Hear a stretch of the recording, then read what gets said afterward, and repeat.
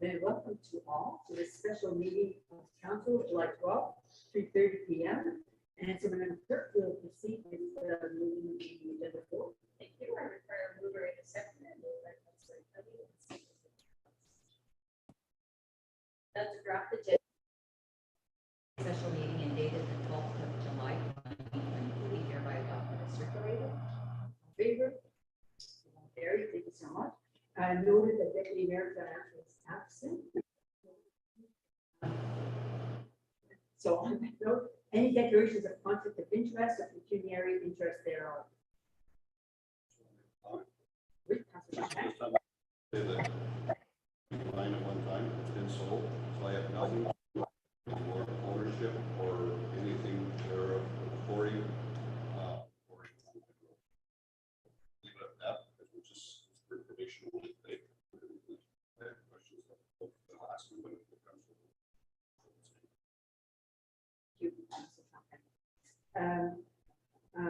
On that note, we're ready to move forward with item 3, but I would like to first and foremost welcome from a number of companies, but Marcel Desgagnés and Daniel Desgagnés, very glad that you're with us this afternoon, as well as your representative who will be making a presentation on your behalf. Marcel and Mr. Desgagnés, I'll turn it over to you if you'd like to say a word and then maybe introduce Mr. Miller if you'd like. Well, this is Mr. David Millard. He was going to do a presentation for us today. That's about it. Any questions you have for me, you can answer after. He's going to do the presentation.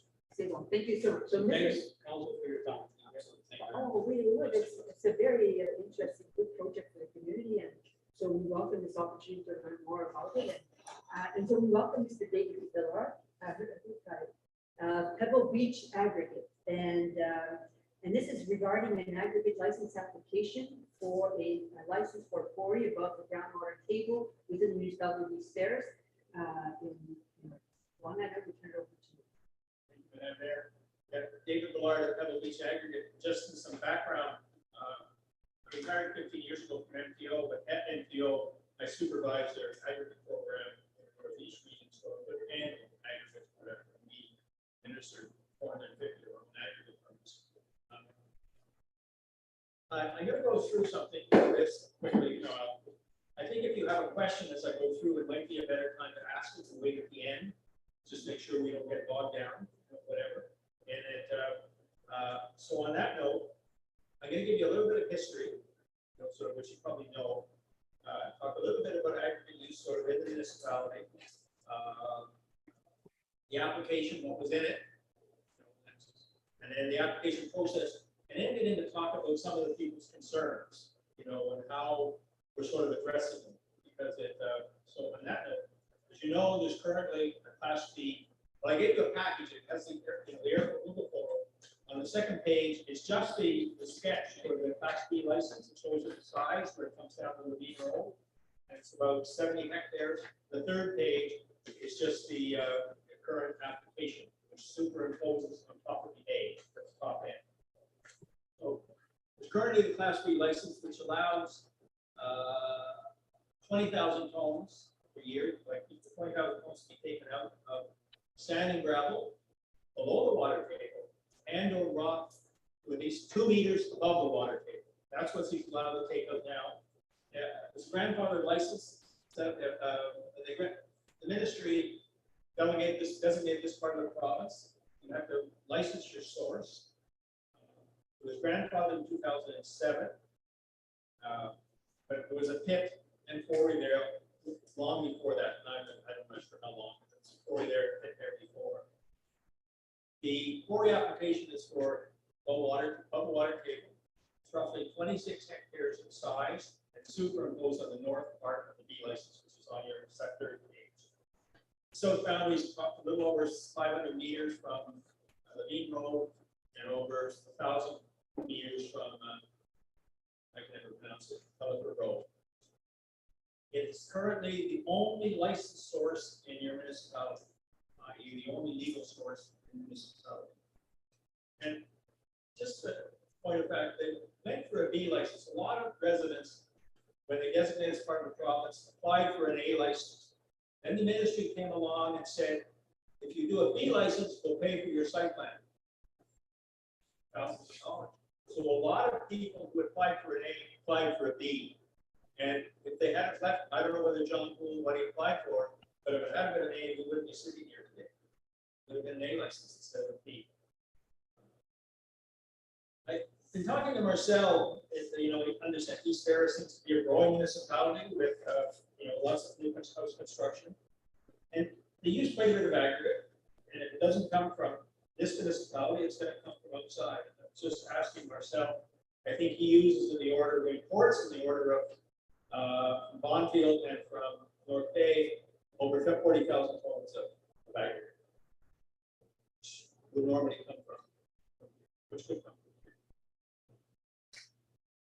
Where it comes from, in terms of the rock, quarried rock, Nipissing Junction, which is about 15 kilometers, they have Miller and Poulan. Miller's not open all the time, and it's mainly for their own use. Poulan, they're never quite sure, she might be out now, it might not be aggregate available. So the next course is North Bay, which is around 20 kilometers, or Evan Hughes and Powassan, which is about 24 kilometers. Those two sources, usually you can get aggregate, as opposed to Poulan might not be available. And you would probably know this, I'm just going to mention it, but the local pit and quarry reduces the cost of aggregate for both the private and public sector. It is a plus for the environment because you use less fuel, than bringing in further distance travel, and it reduces truck emissions. It reduces overall road maintenance because you're traveling less kilometers. When I say road maintenance, I'm talking about a larger area. And it is really a guaranteed source of aggregate. So the application, and you municipality reviewed it, was a site plan with reports, natural environment, coastal heritage, and hydrogeology. A blast impact noise assessment report is not required because the evaporation has to be within 500 meters of a sensitive receptor, which is where somebody sleeps. So because it was outside that distance, they were not required. And there's also a summary statement. The application process, the notification was sent to various agencies, Ministry of Natural Resources and Ministry of Environment, MECP, municipality, and residents within 120 meters of the boundary. That 120 meters is dictated in regulation, but I'm going to call them Ministry of Natural Resources, North Development Mines, Natural Resources, and Forest Area, MNR. So they're the ones that dictate the notification area. It was an ad in both French and English newspapers. And the signage was, we put it where the regulation says to put it. The regulation says, put a sign on the boundary in view of the public. And that's a contradiction. We put it on the boundary, because I said that's where it's supposed to go. And MNR, the district, allowed this in several licenses before us. They said, put it on the boundary, so we did. MNR had some concerns about that, so we moved it to the gate, and we added on an extra additional 60 days of notification. And to go along with MNR, we did that. And it benefits local people in terms of this an additional 60 days, which I think ends on, I'm not sure, it's middle of October sometime, I'm not sure. So during this time, we attempt to resolve the concerns of those residents, even the ministry expressed concerns. And there's a process there, and if we do not resolve all the concerns, we leave it at that. We have to submit a final package to MNR saying these were the concerns, residents who had concerns that weren't addressed. We submit that package to MNR, and MNR, which they've done in the past, I won't say they don't make a decision, but they really don't, they don't make a decision. They'll review it, just refer it to the tribunal. Used to be the OMP, and refers to now they'll refer the application to LPAC. They like to sit, so at MNR that does the referral, they don't usually attend, whatever. So the people who have had concerns are the ones that are probably going to have to go to LPAC if they want to, to address their concerns to the tribunal.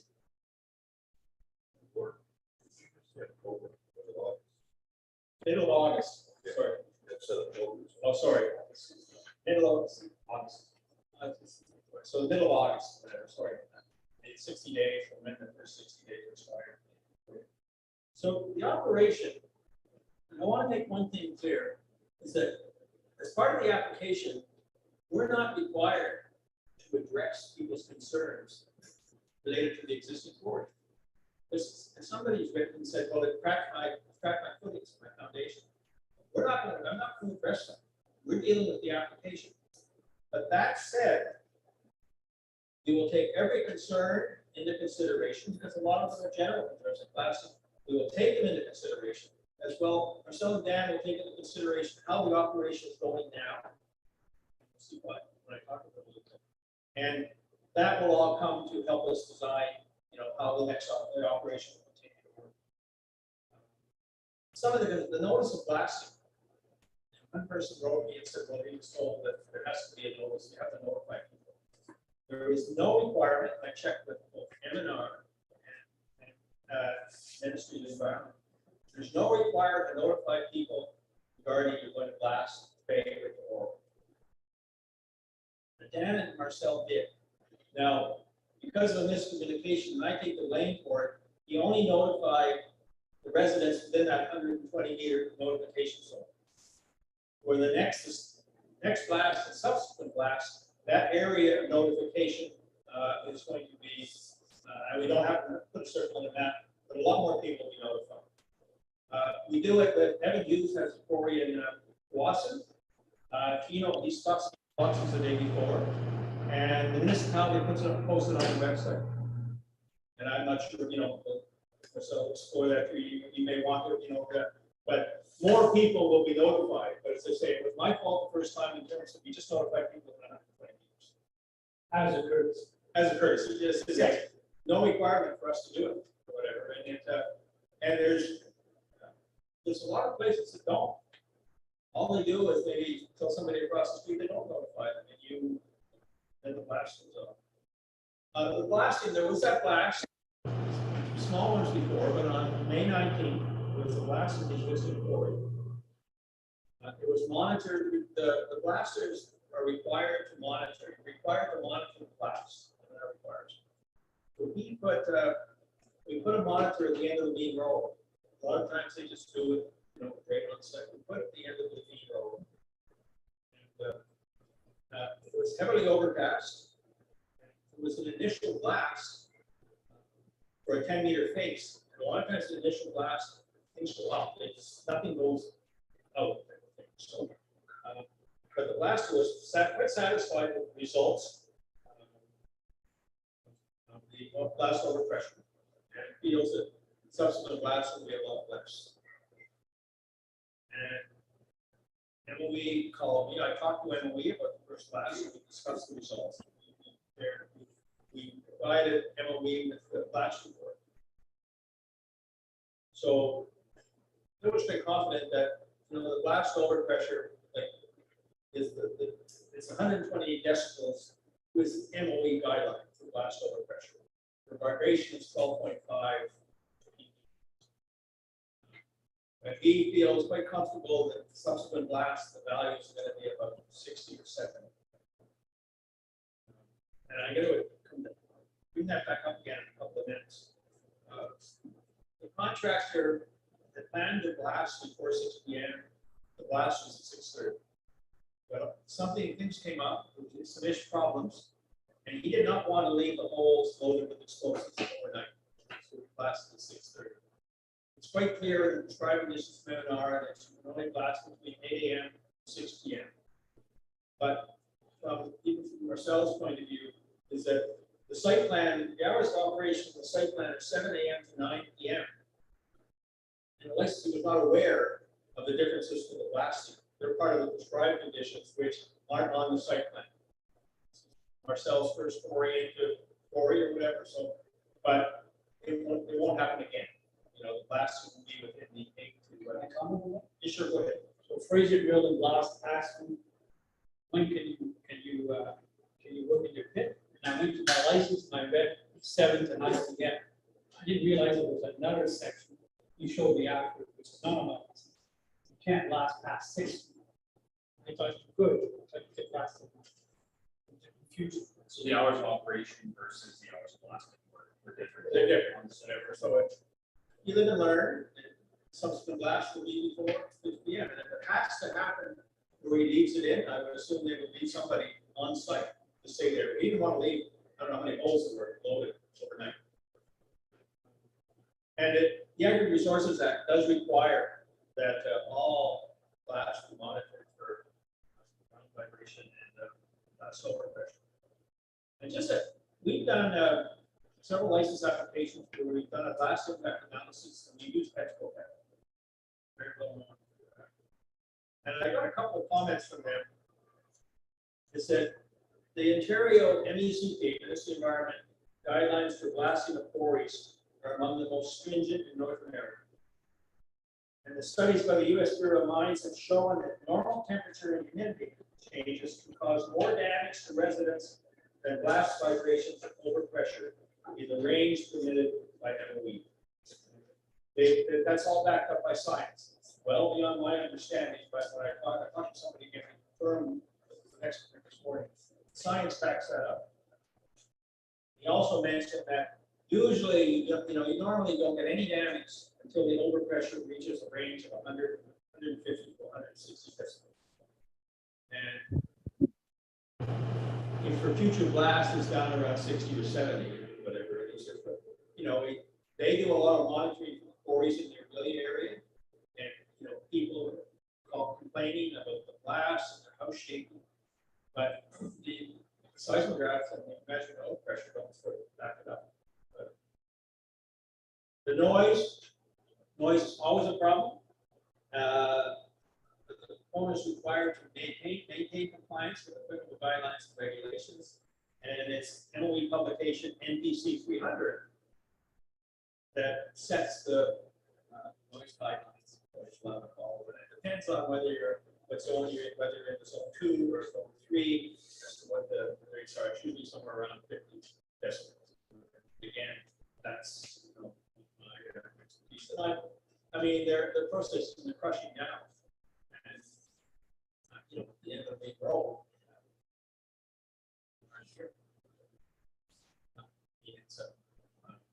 Drill is a little bit louder because when you do a blast impact analysis, is that the drill is the most noisiest machine. And she's quiet drill. It depends on the equipment. It's concerns about the environment. One, in terms of the pollution, but both MNR and MOE SARs, the species of risk people, are reviewed the application. MNR is provided their input. Sometimes the species of risk. There was only a known snake that was a concern on the site, but because it's sort of an existing pit quarry, and just superimposing on part of it, I don't think SARS is going to have much of a concern. And people are concerned about pollution. Every operation in the province has to have a spills contingency plan. There's one existing, that's an existing one, which is this is what happens if there's a spill. And as I say, it's not going to be a parking lot for fuel tanks. So this because vandalism impacts the water. So you don't want the fuel tank sitting there fuel and somebody vandalizing. So the other thing that you have a 70-hectare B license with a 20-some hectare A license sitting over the northern part of it. Now, MNR has allowed several of these in the North Bay District. They're not too keen. They don't want to authorize B and A overlapping with B, and we're negotiating with them. Maybe the B will be surrendered just for that part of the northern end. So if the A license is issued, whether they surrender that part to B or not, we will still have a B license on the site for sand and gravel rock, and the northern part, which will allow 20,000 tons a year. So with the A and the B.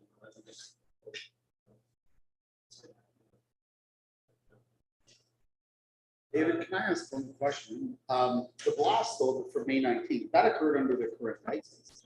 Yeah, well, that's all in the current license. When I Yeah. come back to say that people's concerns, if somebody said that my house shook or my foundation cracked, we're gonna look at that and we're, and say for the next operation.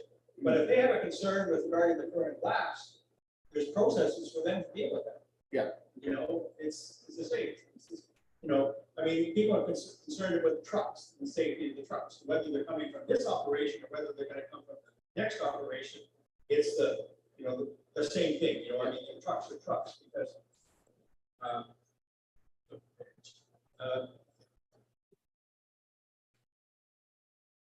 and, okay, yeah, and, sorry, under tonnage, I mean, you apply, I think it was a figure that you sort of somebody's picking up the air for $450,000 a year. And Marcel talked about, he's gonna drop that figure down, I'm not sure what yet. And, take a good look at what he might use. But one of the reasons we want a high figure, if you have a public sector job, which can be one of the main users, you want the availability of the rock. Now, it might be municipal rock, I mean, for your service treatment or whatever. I think, or it could be not that far from Highway 17 in terms of the rock. He gets approval for Highway 17. But I found that a lot of my work with MTO, because we were working with contractors, and the contractors were a lot of times working MTO pits, for free, and it was sometimes posting the job, is that I would, even at 450,000 tons, I don't think you'd ever see that. But it's coming to a figure that, what you're gonna use a year, if it's 50 or 100 or 140, 50,000 tons a year. But what happens if he's up using, up to 150,000 tons a year, and there's a NGO job and a couple of municipal jobs. And you just need that figure. Now, it doesn't, the people that are concerned about the trucks, yes, it's a concern there. But I would think that, might think 100, 150,000 tons a year. Evan Hughes, which is right in the middle of Boston, does municipal jobs. Last few years, he's done about he has 150,000 tons a year. We're going for a major member right now, 250. I'm not sure if he'll make, but he's probably last year did about 100, 120,000 tons a year. But if you want to have that up limit, just in case. When you're talking to people who think, 20,000 trucks a day are going to come out of there, and you see the benefits, that's what they're concerned about, and I appreciate the concern. I doubt it will ever happen, but you want that limit. So it's bringing the 450 down to something that's sort of practical and reasonable, because it, we still apply later for a major technical increase, but then you're circulating the same process as your application. Excuse me. Maybe it wasn't adopted by my group, but at 450,000 nitrogen tons a year, what is the life expectancy of that quarry? Is that such a thing? Did you set, like, let's say, what you would have for 20 or 25 years of aggregate? Take a look at I'll back up a bit. The current, when they did the hydrogy or the summary statement, the civil water table, they drilled to 195 meters above sea level, down like that. They set the quarry floor at 205 meters above sea level. We applied for a quarry floor at 228 meters above sea level. The current floor of the quarry is at 242.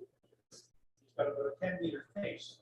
So if you take, 10, even for what he's working now, 10 meters plus 200 meters by 200 meters, what have you got? 7 million tons?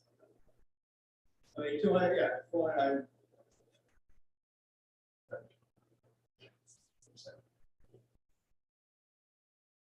You got 400,000 cubic meters. You've got 1 million tons of rock. So, I mean, and if you went down, it's, 1 million tons of rock, 450, that's like 2.5 years. That's 2 years.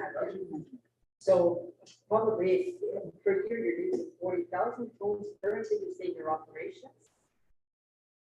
You're indicating that on an annual basis currently, for your own operations, on carpentry, you use approximately 40,000 tons per year. So obviously this operation will be first and foremost for your own operations. And so I was just trying to get a sense, I mean, do you want to use it up in 2.5 years? Probably not, you'll want to spread it over. And it's just to get a sense of probably what the usage per year would be to relate to the point that you're making about 140,000. See, we did, to be realistic, as I say, having worked supervised NGOs aggregates for a number of years, you see where the use is, you see where the demand is, you see where the supply is. And it's because there's not a lot, he's the only source, and if you're in a place like North Bay, you go to the torque, which records all the tonnage, the use in the year, and you can determine what the use is of the municipality. And what the sources are. And in this, I mean, one thing I want to sit down is take a look at the use of the various municipalities. They, the demand is not there. There's not a substantial demand. It's for local construction, for roads and whatever. And the municipality in terms of roads, but you're not using 300,000 homes a year for that, whatever, your service course or whatever. And the demand isn't there, but it comes back to that 450, we're going to drop it. It's the just in case scenario. It would only really be the public sector, the public sector, but the the NPO, the municipalities. Dust is controlled on the site. He's required to control the dust on site. Road safety, people are concerned about the road safety. So that they're going to continue to make an effort to educate the drivers. The leads are strong driving safety practices. The company has a pretty clean driving record for their trucks. One of the concerned residents wrote in and said, well, the OPP had warned me. As I understand it, half those, it's not half a box. It's the tonnage. It's based on tonnage and not volume. And I guess some of the topsoil was sticking out. I guess the officer stopped it. And, and I guess it was explained to the officer, it really wasn't volume in the truck. It was weight. And safety on the roads, I mean, the roads were built both for public and commercial sense. As I say, it's trucks have to be careful because the roads, I mean, you have to share the road. Safety is important. So it's primary concern. People with their kids riding their bikes. It is a concern. As I said, I talked a bit about the the environment in terms of what's going to be viewed with it. People are concerned about property value. It's hard to evaluate, but there's just support there. The enjoyment of the property and wildlife. NPO, I have a lot of armpits and quarries and talking with the biologists. And I'm not an expert at it, but it doesn't seem to impact the wildlife medicine. Those for quarries working at night, come back the next day and there's deer tracks. They adapt. And in terms of Marcel's operation, they'll come in and he'll drill, which might take a week or two, he'll blast. And depending on how much he's crushing, it might be 3 or 4 weeks. And right now, he is blasting somewhere around 60,000 tons, 25,000 cubic meters, 60,000 tons. Probably won't last again until next year, or whatever. So it's a type of thing, depending on the demand, you may only blast once a year. I know MDUs maybe blast once or twice a year.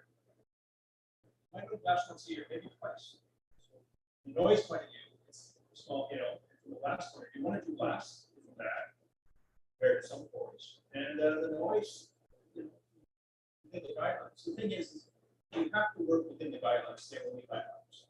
That's what they said. So, and as I say, those where you probably raise their concerns from your constituents in terms of what they are. I mean, I've heard a lot. Look, one nice thing about this story, it's not permitted to use for legal cottages. Those are even more interesting. Many people express concern. So that that's basically all I wanted to say to give you an overview, so, you know, but as I say, based on the operation now, you know, Marcel, Dan, and Taylor, their, I guess this license, the new one to, you know, address some of the things. As I said, talking about the blasting, he's working to the east.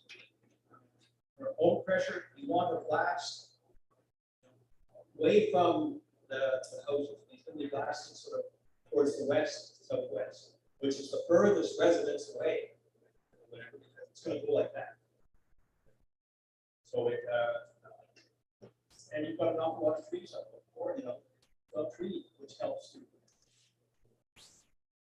maintain the overpressure. But I've seen a vibration of, I think the vibration level is about 1.8, 12.5. Do you mind just going over, just verifying those limits, just so, on the day that you blasted,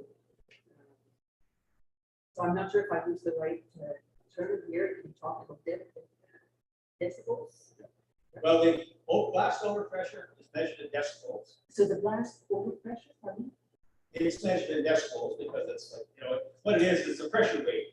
Right. You know, when you blast, I mean, if you've seen the movie where there's the hydrogen bomb and you see something coming at you with dust, that's the overpressure. That's the blast wave. Where the ground vibration is the earthquake type thing, it's the ground shaking. So what, there are guidelines for both, is that correct? Yes. Okay, so what would you be able to say what the guidelines are? Yeah. The guidelines for the rock vibration is are 12.5 and 12.5 millimeters per second. It's called peak particle velocity. The overpressure is 128, and it's dBLs. It's a peak sound pressure level. So those are the guidelines. Those are the guidelines. Now, to what happened on the 19th, Right. is that, oh, I don't know. I'm going to guess on the vibration was roughly 1.8. Around 1.8. So that's below than what it is. Well below. Well Well below, below. because the guidelines say that you can go to 12.5. 12.5. So we were at 1.8, Now, blast overpressure is 128. right? The measured value was 128.3. So there we were close. We were It was at the 0.3 top over. In talking to the engineer today, and in talking to, well, they've got a French, the new inspector from MOE, Chris.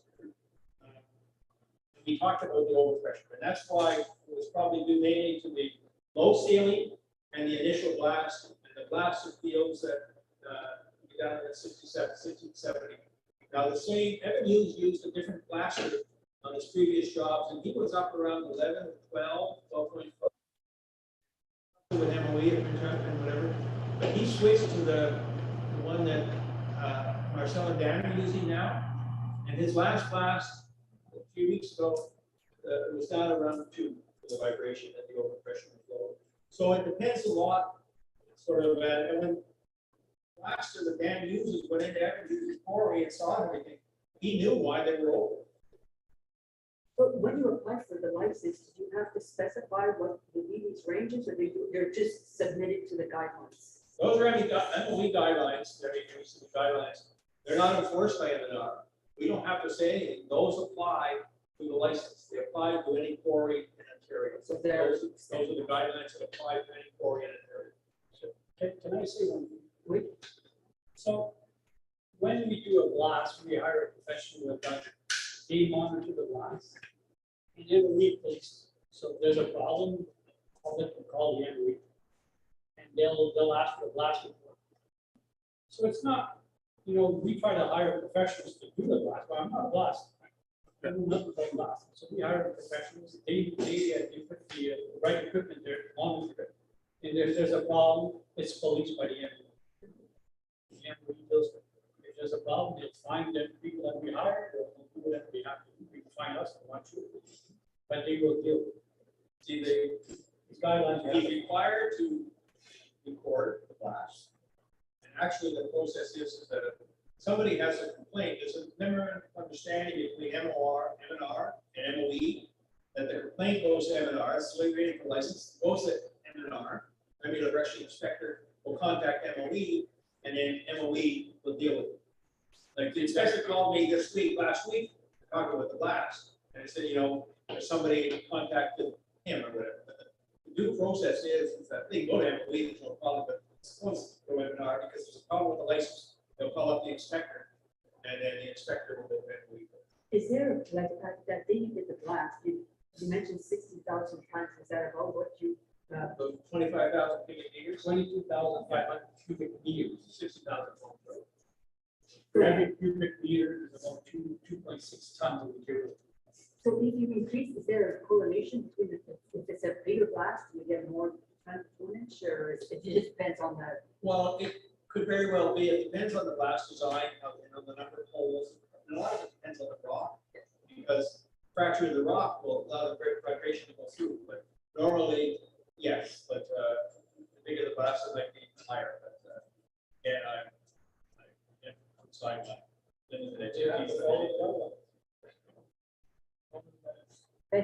I have some more questions, but that was I just wanted some clarification on that. Thank you so much.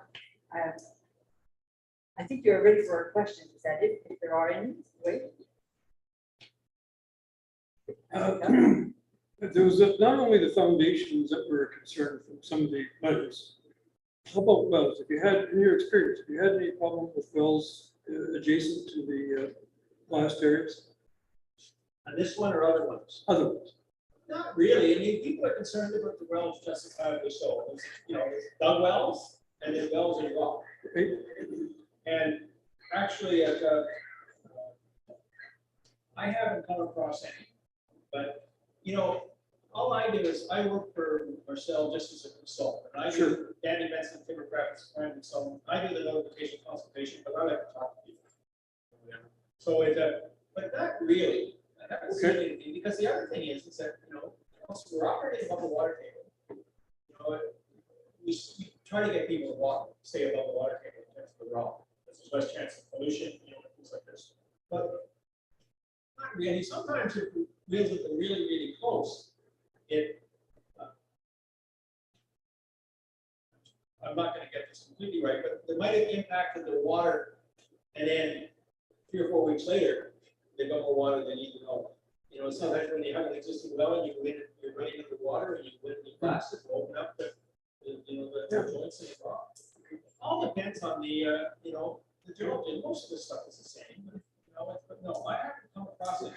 So through the mayor, to Antoine, remember when we were doing work, the road crew were doing work on Cordell Road? Now, didn't you monitor some of the wells? They were close by, did you not?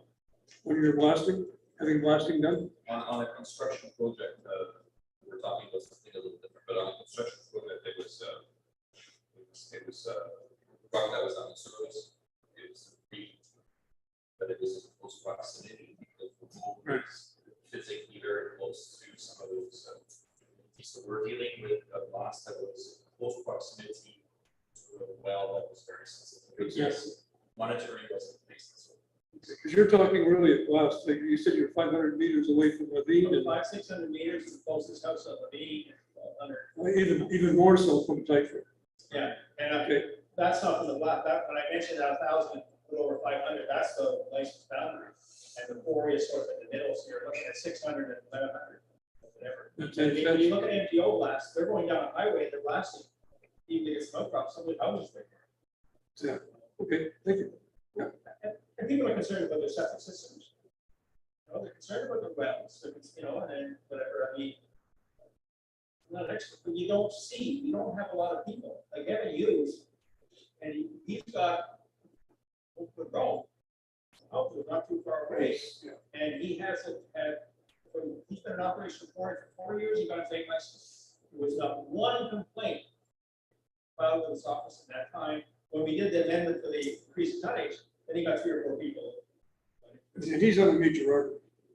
Well, he's highway 11 there, but Oakwood Road is a busy road. That's what I'm saying. It's like sort of like the main road, into the main road. It's the back way into Boston. But the houses are a lot closer. And no complaints.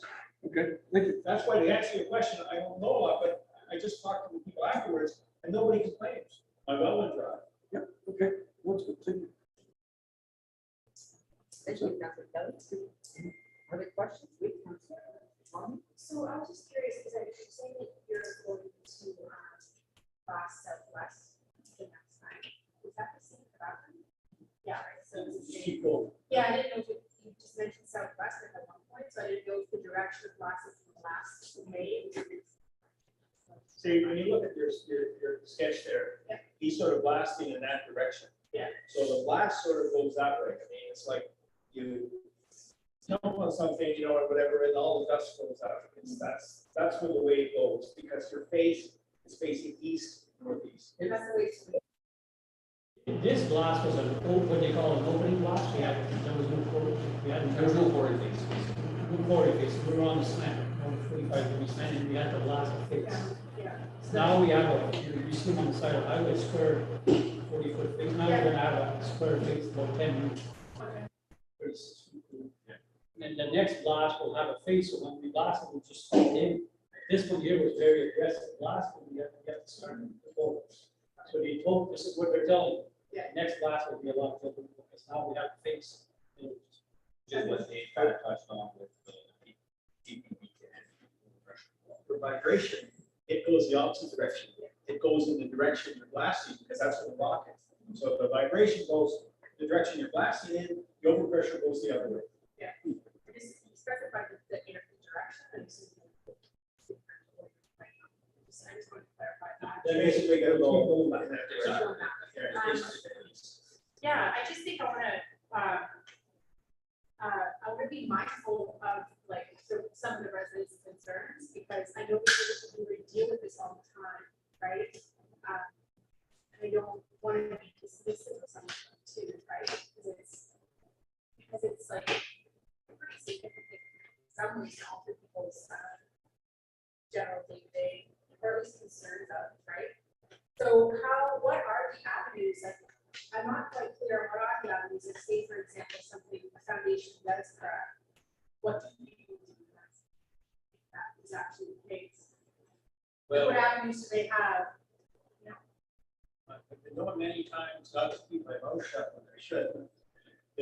No, really, Because it sounds like it's the like, M&R, it's nothing to do with it. Once you get off the license area, M&R sort of absolves all the responsibility. They're responsible to ensure that that license adheres to the site plan.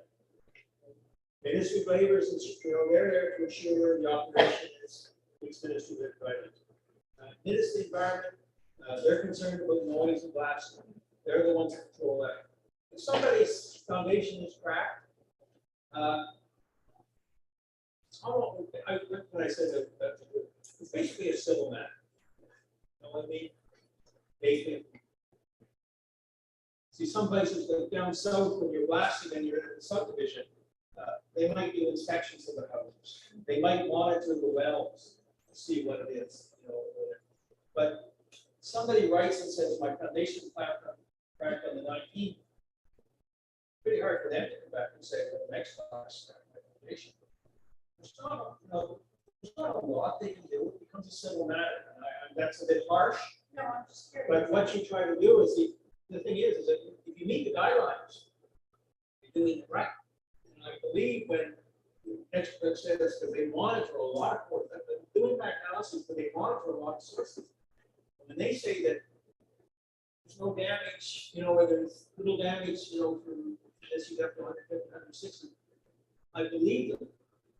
But with overpressure, it's so variable because it depends on weather and things like that. Sure, you can pick a figure out of your head and say this, you know, won't, but you never know. Vibration is a little bit more definite in terms of vibration.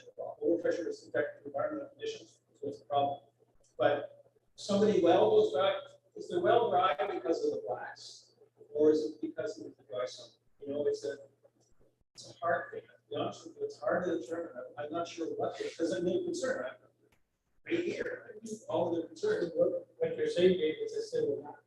Well, in black and white, it's a civil matter. I mean, you can go to M&R, and I don't know what M&R is going to do, but I don't think there's something that they're concerned about the license. And that's the problem in a lot of cases. It's back to the resident to you know, by City Hall or take like, you know, the government. We will address the concerns as best we can.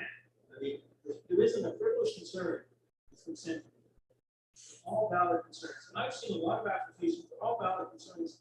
We're not going to make everybody happy. for that. But yeah, but at the same time, you know, just want to make sure that we're being clear. And I think my only other last question, just to make sure I'm understanding this correctly, is that the last was at 1 point something out of 12. Yeah. Out of 12. And at 1.8 felt like a lot for some residents. I'm wondering how people who are listening to this right now might be feeling about the idea of the need more. You know, like, so we're saying, oh, it was only 1.8 and we had all of these letters, right? So I think that I don't know how, I'm just speaking on behalf of what my thoughts were. Well, Is that as a resident, I'd be like, oh crap, if that's 1.8. I mean, What's 12, right? you've got a size graph that says 1.8. You've Yeah, got somebody standing in their front yard, it's different, which is, you know, I mean, okay, 1.8, you meet the limits. So, you know, sorry, so sad, we met the limits. And I mean, it's sarcastic here, but nothing against the person that's concerned. The next class, I'm gonna be up on the Milford Road. I can't stand in the house. I want to be there. I couldn't be at this first class. I want to be there. Sure, you've got an instrument, but I want to be. I go to have music for it. We stand there, and you know, it's 2.5 in the vibration, and the plastic pressure is low, and you hear it, but you don't really feel anything.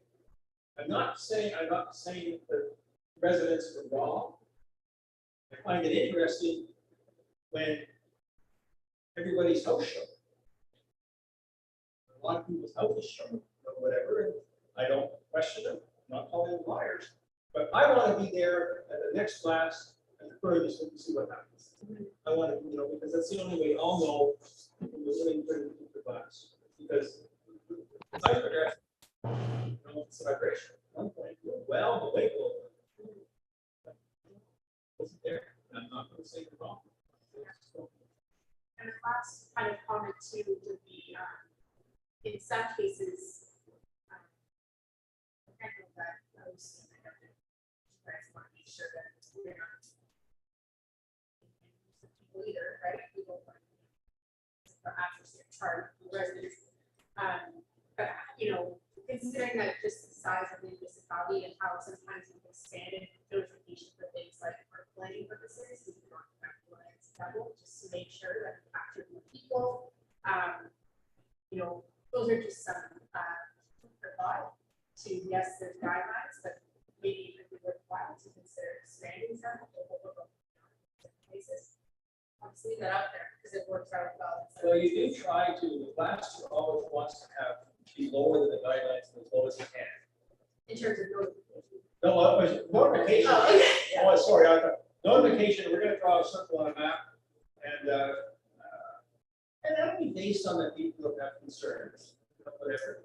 But somebody down Deerland Road is concerned, you know, about, what's the word, concerned about the trucks on the plastic. But yes, we will look at the concerns, look at where they were, and, you know, it doesn't take long. You know, if it takes an extra 20 minutes to put a notification in more mailboxes, it's beneficial. Like on the municipal website, because that to me is trying to be a good neighbor.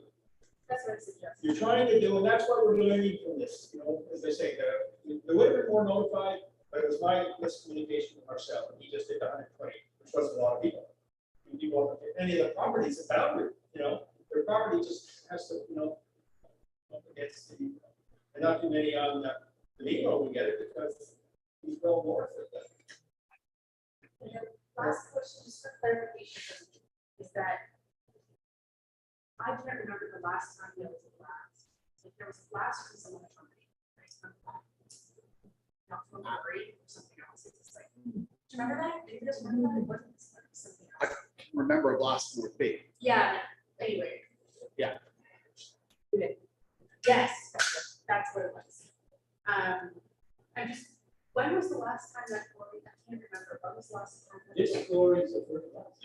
The phrase never been done. Oh, Okay. okay. So that's what I'm And understanding. as far as circulating, they went through that at the beginning, that from now on, we're gonna circulate a lot of people all around the quarry As occurs. as it occurs. Yeah, say there's no requirement, but it's the politics, being a good neighbor. Just do it. And if you do 40 houses or you do 60 houses, if there's an extra half an hour of time once a year, it's that's what you minimal. wanna do. Yeah. You know? It's minimal. Yeah, I It's mean, once or twice as a year. courtesy, we'll do it. Yeah, absolutely. Now, obviously, we want to follow the guidelines, which is what we did. And then, you know, they said, you know, we'll do 120 meters, which was, was a good shape for us. But absolutely, I mean, if it's, when Dave said, draw a circle on that and say, you've got to notify X amount of residents, X amount of meters away, absolutely, we're really. I'm gonna say, keep it one, we welcome the opportunity to come, that you don't have to come. But we like to, talk now. If you need, if any questions that come up in the process, I'm more than available, I know Marcel and Dan are, but I'm more than available to, you know, come and talk to you or whatever you want to do, questions. And I've been thinking too, is that I'm gonna tell people that I expect some concerns, if you want me to come and talk to you at a meeting, I'm more than happy to. Any of the residents that have concerns, talk to them. I want to send something to them. What I do is I try to address the concerns, they get back to me and say, you haven't addressed these concerns, you're not going to drop them. Then I have to send them a form, a government form that says which was addressed, and then they have to make a suggestion as to how we can address them. And then that goes directly to the Ministry of Natural Resources. It's a process there. But in terms of talking to them, in terms of how we might operate in the future, I'm more than happy to talk to those people, maybe in a group or whatever, and in the backyard, and say, I'm not going to convince people to change or drop their concerns. Some I might. I just want to make myself available to try and educate people as best we can. That's officially the Muslim Connie's Lakes and whatever, 70 people there. Well, you know, we had the public meeting. Yeah. So they came to, probably because not too many people, you know, sort of knew a lot about it, and that's sort of what it was. But I mean, if somebody wanted to organize an open house, and come. No, I have no problem with that. Sort of. Thank you, Councillor Morgan. What do you think? That was a good question. Thank you so much. And Councillor Kelly and Councillor Trump. I've only got two, but Marcel, you operate a rock crusher there as well, do you not? A crusher? Crusher? There's a pressure. What's the hours of operation? We have to be within 7 to 9. 7 to 9? 7 AM to 9, but that's our license. Okay, and how But long? right now, we're crushing for about 7. So 12 hours a day. Right. And how, does it run 5 days a week? 5 days.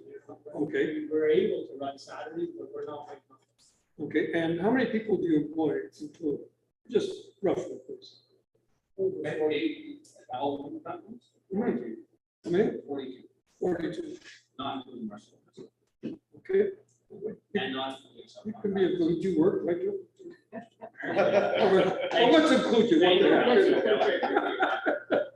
heck? 44. Okay, thank you. No, that's A substantial. lot of our business is sub-done. Yes. Outside contract. Sure. We sell a lot. Okay, thank you. Councillor Trump. Yeah, well, thank you for coming. Two items. One is, in your opinion, blast is the worst case scenario.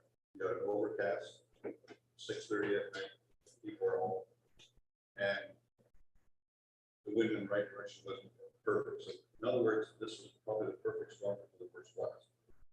Yes, so when I was talking to the engineer next this morning in Sudbury, and I said, this is what it was, and he said that. Those are some of the worst conditions. But as I said, overpressure is very hard to, when they do their blast impact analysis, hard to, because environmental conditions have a major. He said the first blast is always the worst case scenario, because when they do a blast impact analysis, they design it for the worst case scenario. That's how they do their blast impact analysis, the worst case scenario. You're right. It wasn't ideal. And funny that we're sitting here, because I was watching the window and I just got the text of school late, did it last 4 minutes. I don't think anybody knew about it. No.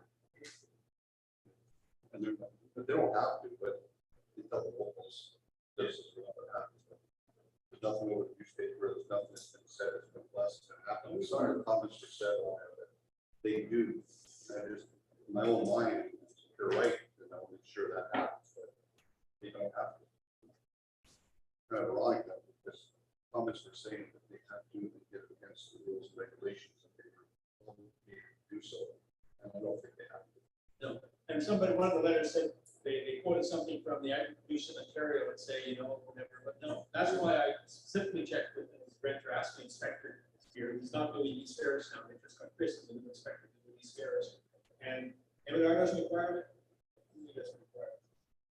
But it's good to know, that at the end of the day, we all know our solid bad. They don't do something that's undermining, they're following the rules they're supposed to. And if they're told this are the rules, they're gonna follow. Now, to my understanding, that will be beyond that, then hopefully, stop some criticism. Thinking they were doing it underhandedly, but they weren't. They were just following the guidelines they were told to. They paid the professionals to do it, and here's what happened. So we're all here to work together. I think that's. Yeah, I want to touch on what thanks, Council. Exactly what you just said is we're definitely going to, right? We had guidelines to follow, thought that we had done our diligence. However, if East Ferris Township and residents feel like something else.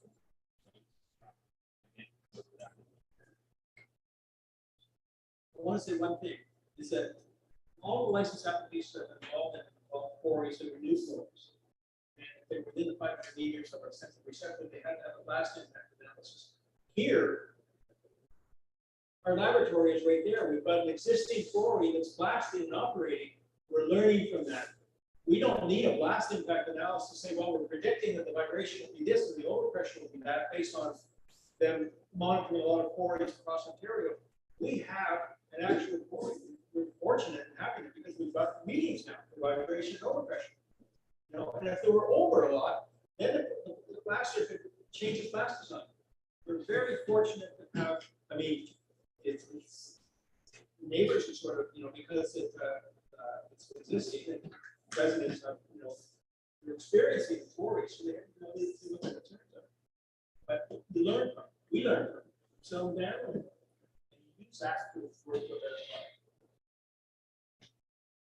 Myself, I have three final questions, maybe then, and quickly, the modifications that are being proposed that would go forward, as part of the license and in terms of truck tonnage and the notification period, if the license is sold in the future, do those amendments carry forward, or are they?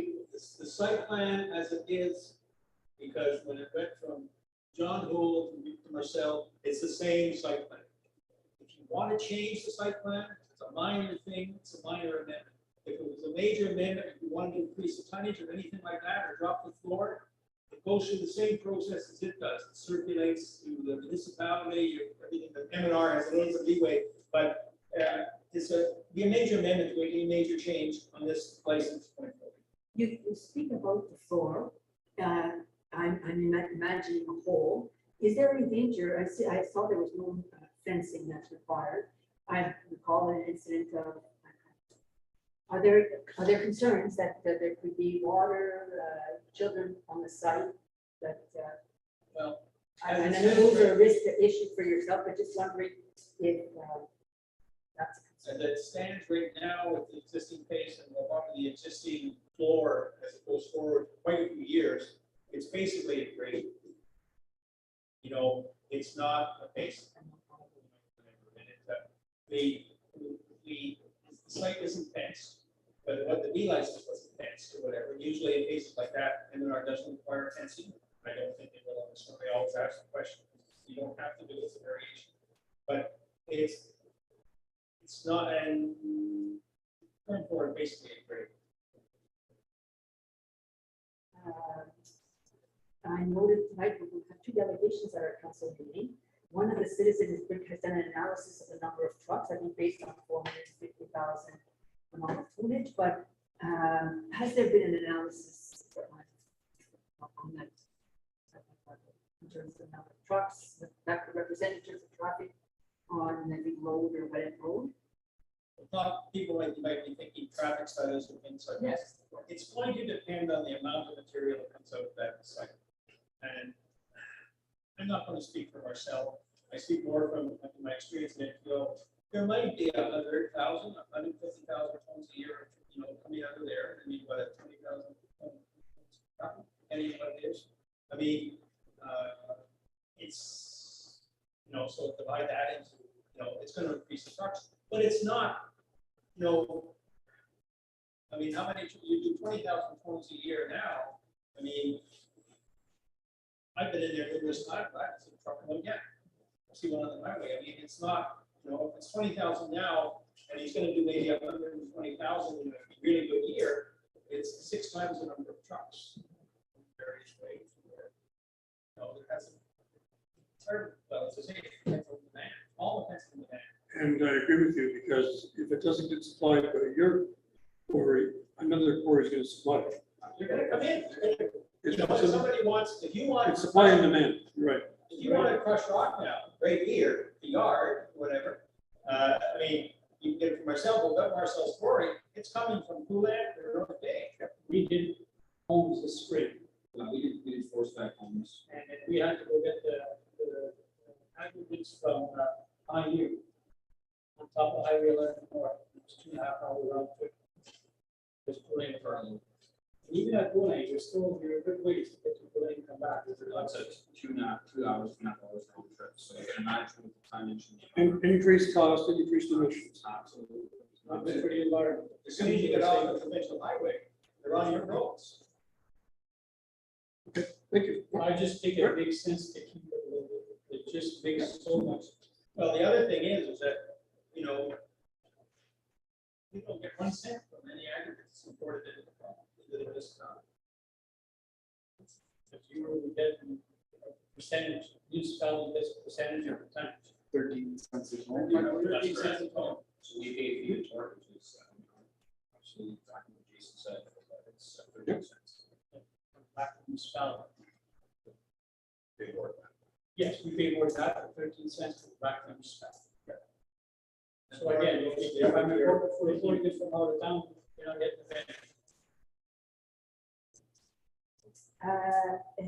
If there are no further questions, we'd like to very much thank you very much for being here today and to speak with us and your offer as well to speak to citizens. I think, I suspect we have citizens that are listening online, and that is a very nice offer from your part. And I do agree that communication is very essential. I mean, this presentation today I found very informative and very helpful in dispelling some of from all the emails that we have received from citizens, the concerns. And so thank you very much for that. And so on that note, we will conclude and thank you. And we'll carry on with our meeting.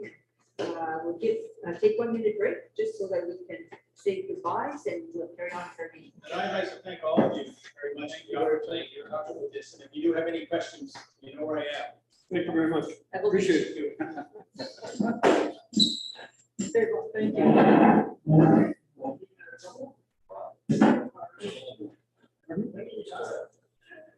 Yes. Thank you for your time. Appreciate it. Monica, Marcel, I'll see you on that. Marcel, thanks for coming. Take care. guys. Sure. Ben, thank you very much. Thanks, Dan. Pleasure. Take care, guys.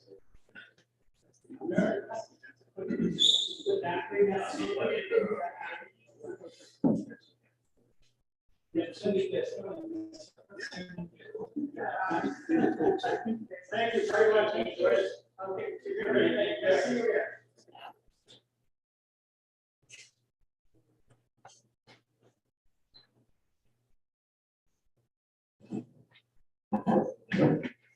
Thank you very much, Council. And so on that note, I think we are now ready to proceed with our in-camera meeting, given the time is going by. And so if there are no other issues, Madam Clerk.